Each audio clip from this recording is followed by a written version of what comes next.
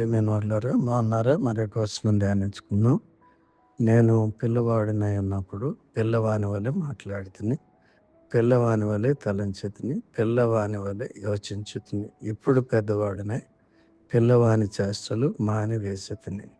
1 కొరింథీ 13:11.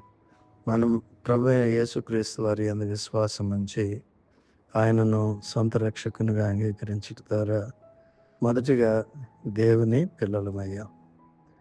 ఒక పిల్లవాడు పరిణతి చెంది కుమారునిగా ఎదగాలి. పిల్లవాని చేష్టలు మానివేయటం ద్వారా పెద్దవారయ్యారని తెలుస్తుంది. పౌలు విషయంలో అదే జరిగింది. పేతురు మరియు ఇతర అపోస్తలులు పరిశుద్ధాత్మను పొంది ప్రభువు నుండి పొందిన పరిచర్యను నెరవేర్చే వరకు ఆత్మీయంగా పరిణతి చెందలేదు.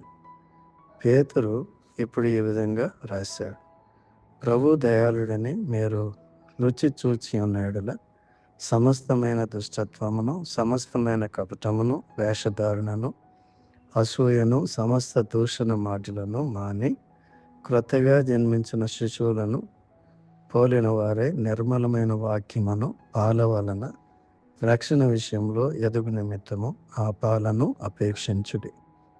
1 పేతురు 2:1-3 పౌలు వలె మనం అందరం ఎదుగుతూ ఉందాం.